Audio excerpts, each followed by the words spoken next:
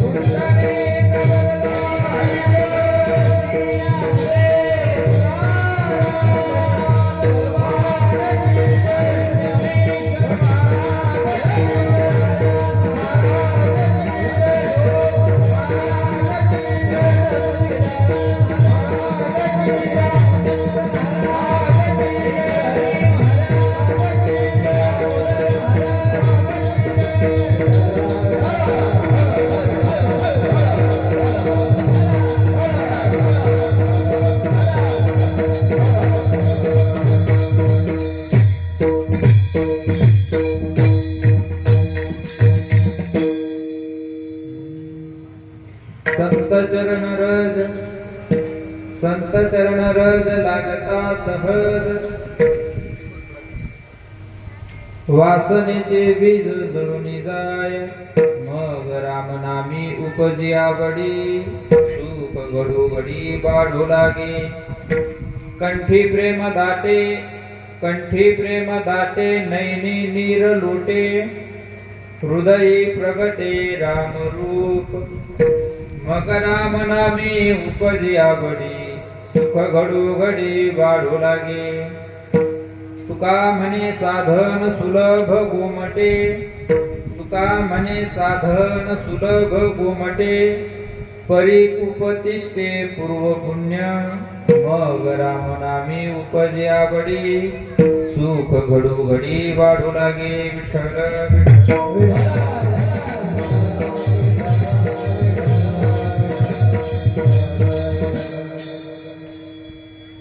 महायुग पीठे तटे भीमरथं वरं पुंडलीकाय दातुं मुनीन्द्रैः समागत्य तिष्ठन्तमानन्दकन्दं परब्रह्मलिङ्गं भजे पाण्डुरङ्गा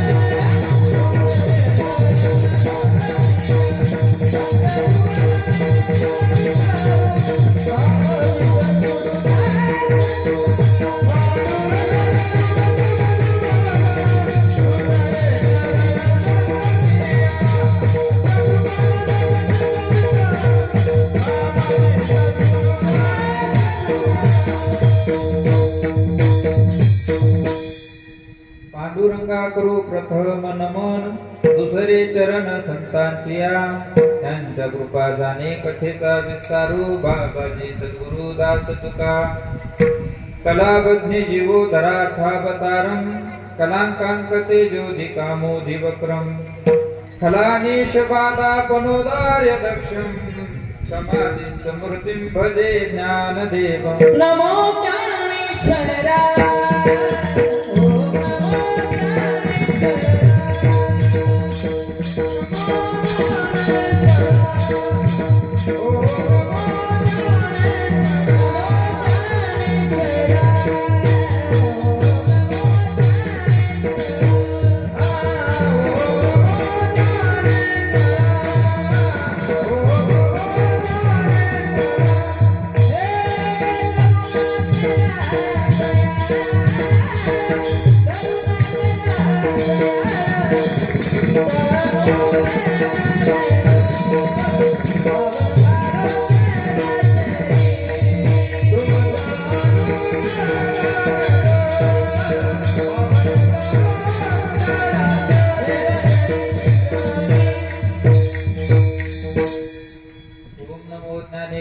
करुणाकर दयाळा तुमचा अनुग्रह लादलो पावन झालो चराचरी नमो सद्गुरु तुकया ज्ञानदीपा नमो सद्गुरु सच्चिदानंद रूपा नमो सद्गुरु भक्त कल्याण मूर्ती नमो सद्गुरु भास्करा पूर्ण कीर्ती सेवे लागे सेवक झालो तुमच्या लागलो निज चरणा अहो स्वामी तुकया देवा यावरी न करावा अवेर संपादि ज्ञानं च विदाय भक्तिं विलोकितोयेन समाधिराजः वैराग्यवन्तं सुविचारयुक्तं नमामि जोगं शिरसा गुरुंतं.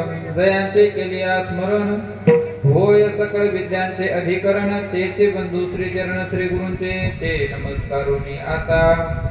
मस्तक हे पायावरी या वारकरी संतांच्या. संत चरण रज लागता सहज, वासनेचे बीज जळून जाय. मग राम नामी उपजिया बडी, सुख घडू घडी वाढू लागे. सेवेकरता निवडलेला अभंग. जगद्गुरु जगदवंदनीय संत सम्राट वैराग्याचे मूर्तिमंत पुतळे देहू निवासी जगद्गुरु श्री तुकोबाराय यांचा हा 4 चरणाचा अभंग असून संत चरणाचा रजाचा महत्व सांगणार आहे. विठ्ठल.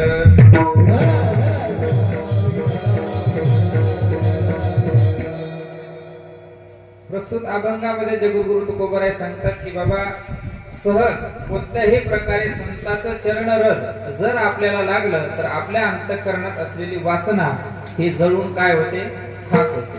आणि मग ते वासना खाक झाल्यानंतर काय होतं तर महाराज म्हणतात की मग राम नामी उपजिया बडी. त्या भगवंताच्या नामावर आपली काय प्रीती वाढत लागते. मग त्या भगवंत नामाची प्रीती हृदयामध्ये वाढली की नेमकं काय घडतं तर महाराज म्हणतात सुख घडू घडी. जे काही ज्या सुखाकरता रात्रंदिवस आपण धडपड करतो ते सुख आपल्या अंतःकरणामध्ये थोडं थोडं काय होत जातं, वाढत जातं. तर ते सुख कोणत्या पद्धतीने प्रगट होतं तर महाराज म्हणतात नैनी नीर लोटे.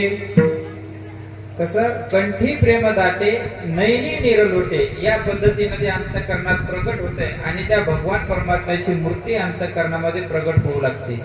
आणि हे सगळं भगवंताला प्राप्त करण्यासाठी अगदी सुलभ साधन आहे. म्हणून तुकोबाराय म्हणतात तुका म्हणे साधन सुलभ गोमटे. सुलभ आहे आणि गोमट आहे, पण हे साधन सहज घडणार नाही हेही तुकोबाराय सांगतात. परी उपतिष्ठे पूर्व पुण्य.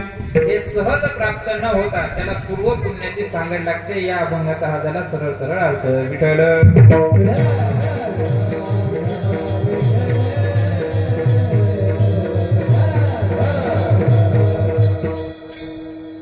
सेवेला सुरुवात करण्या अगोदर थोडासा परिहार द्यायचा, तो म्हणजे असा की गेली 77 वर्ष 1 2 4 5 9 10 नाही किती 77 वर्ष निर्विघ्नपणे हा कार्यक्रम या ठिकाणी चालू आहे.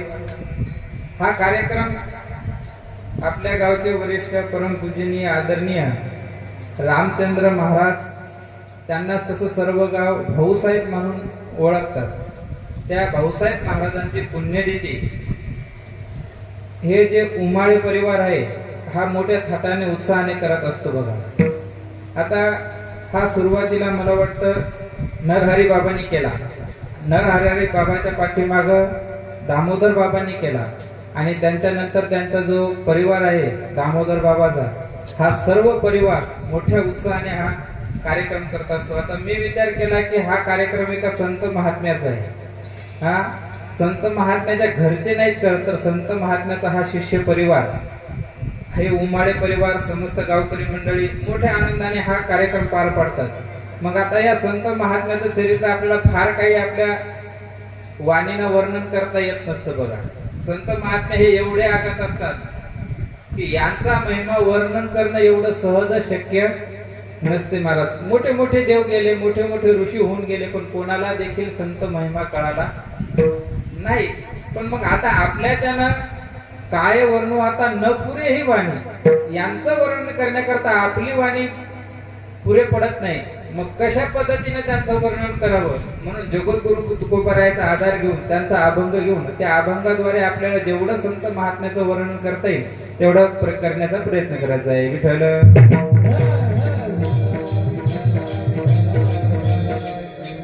आणि याच कार्यक्रमाला शोभा आणण्याकरता आपले मृदंगाचार्य केदार महाराज आहेत, आमचे वाशिम जिल्ह्याचेच आहेत, मोठे गोड वाजवतात बघा. आता यांचं वर्णन मी असं किती सांगितलं, किती गोड वाजवतात, किती सुंदर म्हणतात महाराज. हे असं सांगितल्यापेक्षा लता दीदीचं एक वाक्य सांगतो तुम्हाला महाराज. लता दीदीला विचारलं किती सुंदर तुम्ही म्हणता, किती सुंदर तुमची ओळख आहे. तर लता दीदी एकच म्हणायची, अहो माझी ओळख माझ्या नावात नाही, तर माझी ओळख कशात आहे? माझ्या गाण्यात आहे. म्हणून आवाज ही मेरी पहिचान आहे. तसं महाराजांचं वादन कसं आहे, हे त्यांचे हात, त्यांचं वाजन जे तुमच्या कानावर पडतं, ही त्यांची काय आहे? खरी ओळख आहे. तसे केदार महाराज आहेत आणि गाण्याकरता संदीप महाराज आहेत, पुन्हा प्रवीण महाराज चित्रे हे या ठिकाणी आहेत, आणि आपल्या गावचे मृदंगाचार्य आदित्य महाराज देशमुख ते आहेत. आणि इतके सुंदर टाळकरी आहेत महाराज. कितीही मोठा तुम्ही संस्था बोलवा, एवढे सुंदर टाळकरी आपल्याला कुठेच बघायला भेटणार. महाराज सुंदर टाळकरी आहेत. कारण कसं आहे महाराज, कार्यक्रम करायचा म्हणला तर एकट्याचा नोहे खेळ म्हणून मेळ जमविला. सगळ्याच वर्णन करणं किंवा सगळ्याच नाव घेणं माझ्याकडून काही शक्य नाही, कारण सगळेच परिचयाचे नसतात. आणि खास कीर्तन ऐकण्याकरता माझ्यासाठी सोबत माझे मामाही आले आणि त्यांच्या सोबत वकील मंडळी पण आली बरं का, कारण मला थोडं सांभाळून कीर्तन करावं लागणार आहे, नाही का. आमचे तायडे साहेब आहेत, पुन्हा हे त्यांचं नाव विसरलो बरं काही, ते उभं राहिल्यानंतर थोडस हे होतं.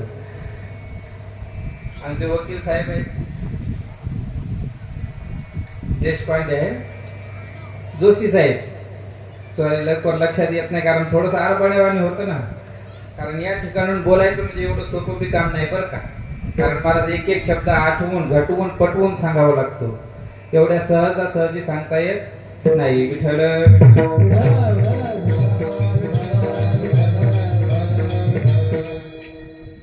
बघा, अभंग एकदम सुंदर आहे तुकोबरायचा बरं का. तुकोबरायचा अभंग आहे, संत महात्म्याचं वर्णन करणार आहे. संत चरित्रात संत चरणाच्या रजाचं वर्णन करणारा अभंग आहे. आता वास्तविक पाहता ज्या संत चरण रजाचं वर्णन आपल्याला करायचं आहे, ते संत महात्मे कोण होते हो महाराज? त्या संत महात्मे काय करत होते? त्यांनी असं या जगामध्ये काय कार्य केलं, किंवा त्यांच्यापासून कोणाकोणाला काय काय उद्धार झाला, काही फायदा झाला का? त्या संत महात्मे नेमके करायचे काय, वागत कसे होते, याचा पहिल्यांदा परिचय व्हायला पाहिजे. मग नंतर त्यांच्याविषयी आपल्याला परिचय मिळेल, आहे का नाही. तर संत महात्मे थोडक्यात म्हणायचं कोणाला? संत महात्मे नेमके असतात कोण, त्यांना ओळखायचं कसं काय? पण संत महात्मे म्हणजे असे असतात का त्यांना दोघांच्या जागी 4 हात असतात का, 4 पाय असतात, असे असतात का संत महात्मे? नाही नाही, ते दिसती ते सारखे पण वर्म जाणे तो पारखे. संत असे वेगळे काही दिसत नव्हते, माणसासारखेच दिसत होते पण माणसं नव्हते ते. मग कसे होते? बघा, मुरारी बापू एक हमेशा दृष्टांत सांगायचे की संत महात्मे कसे असायचे. ते म्हणत, एका गावामध्ये एक साधू होता बघा. तो साधू गावाच्या बाहेर राहायचा, आणि गावाच्या बाहेर राहिल्यानंतर काय करायचा की गावात जो कोणी साधू यायचा, जो कोणी महाराज यायचा, तो त्या गावातून न्यायचा आणि आपल्या झोपडीवर जाऊन काय करायचं, त्यांना जेवायला घालायचा. आणि जेवायला घातल्यानंतर गावाच्या बाहेरच 1 किलोमीटर त्याला फिरवायला न्यायचा. आणि फिरवायला नेत असताना त्याच्यासोबत तो काय करायचा, चर्चा करायचा. आणि महाराज जो खरा साधू आहे त्याच्यासोबत जर चर्चा केली तुम्ही, तर तो चर्चा काय करणार महाराज? तुमच्या गावात एखादा साधू महात्मा आला तर तो चर्चा काय करणार? काय चर्चा करणार? तो विचारणार का तुमच्याकडे यावेळेस हरभऱ्याचं पीक कसं काय झालं, तुमच्या इकडे यावेळेस हळद कशी काय होती, असं विचारणार का तो? नाही महाराज, तो फक्त एकच विचारणार की तुमच्या इथं परमार्थ कसा चालतो, तुम्ही नेमकी परमार्थाची कोणती दीक्षा घेतली, तुम्ही कोणत्या मंत्राचा जप करता, किती जप करता, दिवसातून तुम्हाला परमार्थ करायला वेळ मिळतो का, नसेल मिळत तर वेळ काढायचा, परमार्थ करायचा, ही भाषा वापरेल कोण? खरा साधू असला तर. आणि डुप्लिकेट साधू जर असला तर तो लगेच विचारत तुमच्या इथे किती जमीन आहे, तुमचं घर कसं काय लागतं, तुमचं कसं काय चाललं, शेतात पीक बरं होतं का, हा तो साधू विचारेल बरं का. कारण साधूची व्याख्या खूप अवघड आहे. साधू महात्मा तुमच्या घर प्रपंचातली कुठलीही गोष्ट विचारत त्याला काही घेणं देणं नसते. कारण साधू महात्मे जे असतात, तुका म्हणे घालू तयावरी भार, बाहू हा संसार देवापायी. हे साधू महात्मे महाराज कधीच कोणाच्याही प्रपंचाचा विचार करीत नाही. कारण त्यांना फक्त विठ्ठल आणि विठ्ठल, बाकी याच्या पलीकडे दुसरं काहीही लागत नाही. म्हणून तो साधू महात्मा न्यायचा, आणि ज्या साधून त्याच्यासोबत देवाची चर्चा केली, त्याला तो शाल शिरफळ देऊन वाटी लावायचा. पण ज्या साधूनं त्याच्यासोबत प्रपंचाची चर्चा केली, महाराज त्या साधूला तो काय करायचा, बडवायचा आणि गावाच्या बाहेर हाकलून द्यायचा. म्हणून खऱ्या साधूचं लक्षण सांगत असताना सांगतात की जो खरा साधू असतो तो काय करतो, फक्त आणि फक्त परमार्थ करतो आणि देवाविषयी, कारण त्याच्या मनात दुसरं तिसरं काही नसतं. म्हणजे असे साधू असतात की महाराज त्या साधूच्या संगतीत गेल्यानंतर काय होतं, त्या साधूच्या संगतीत आल्यानंतर काय घडतं. महाराज म्हणतात त्या साधू महात्म्याची संगत सहज जर एखाद्याला लाभली तरी देखील महाराज माणसाचा जीवनाचा उद्धार झाल्याशिवाय राहत नाही. महाराज बघा, साधू महात्म्याच्या सोबत कोणीही येऊ द्या, कारण महाराज म्हणतात जड मूड उद्धरिले रेड्या मुखी वेद बोलविले. ज्ञानोबरायाच्या संगतीत पहा, ज्ञानोबरायाच्या संगतीत कोण आला हो, रेडा आला. रेडा किती क्षण आला ज्ञानोबरायाच्या संगतीत, फक्त ज्ञानोबराय त्या धर्माची सभा चालत असताना त्यांच्या संगतीत उगा 5 मिनिटं त्याची संगत घडली तर काय झालं महाराज, 5 मिनिटं संगत घडल्याबरोबर रेडा ऋग्वेद बोलायला लागला. म्हणजे दुसरा तिसरा रेडा नाही, जर संत महात्म्या संगतीत रेडा वेद बोलू शकतो, एवढी पावर कोणात आहे, संत महात्म्यात आहे. विठ्ठल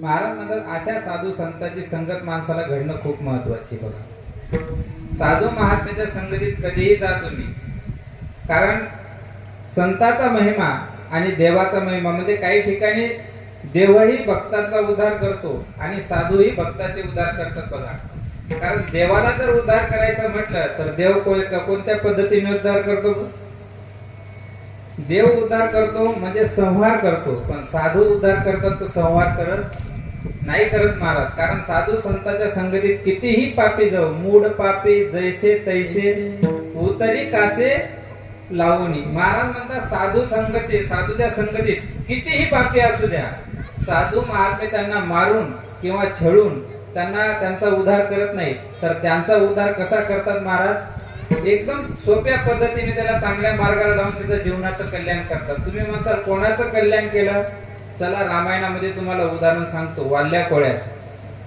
वाल्या कोळी काय होता, खूप पापिष्ट माणूस होता.